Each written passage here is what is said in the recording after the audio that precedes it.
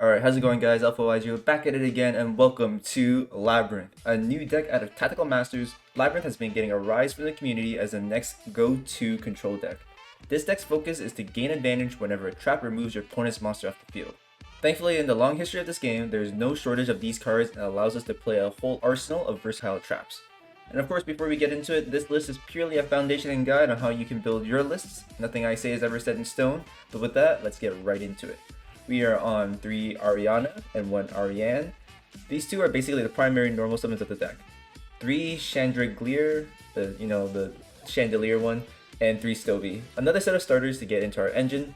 2 lovely Labrynth, essentially a boss monster, and of course you'll be getting a new one in Darkwing Blast, so stay tuned for that profile. Finally, to round off our monsters, we are on 2 Backjack, a good fiend to help round out our strategy. Onto the spells, we are on 2 Labrynth, our field spell that helps push our advantage, 1 Call by the Grave, and 3 Prosp. This of course can be switched for 3 Extravagance, but I'll get into more detail when we reach the extra deck. Onto the traps, we are on 3 Welcome Labrynth, the sort of E-Telly / Rhoda of the deck. Basically lets us get our monsters onto the field. 3 Compulse for some bounces, 2 Ghastly Glitch for some pops, 2 Punishment for even more pops, 2 Ice Dragon Prison for some banishing, and 3 Dynamiscus for even more banishing.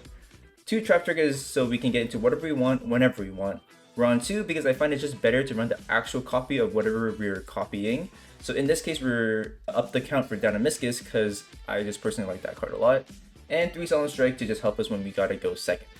Finally, onto the extra deck. Now, as mentioned previously, we can easily be on Extrav, but the reason I chose to showcase Prosperity was that it also lets me show off the different options that this deck has, and from there you can choose which you like and which to max out on for Extrav. First, we have 1 Intis, 2 Garura, and 1 Mud Dragon. These are mainly for punishment and super poly targets that you could be siding. Next, we got 1 Dugaris, and a personal favorite package I think is super cool we get to run in this deck. 1 Wave King Caesar, 1 Marksman King Tell, and 1 Deuce Machinex. If we ever find ourselves with 2 level 4 Fiends, we can make the Caesar, make the Marksman, and then get into our rank 10.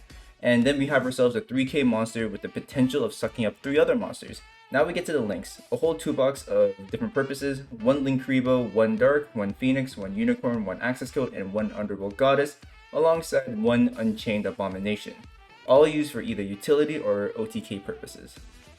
That just about wraps up the list, and of course nothing is set in stone, but if you're ever curious about something and want to spark some discussion, leave it in the comments below and I'll always get back to you. Bye-bye.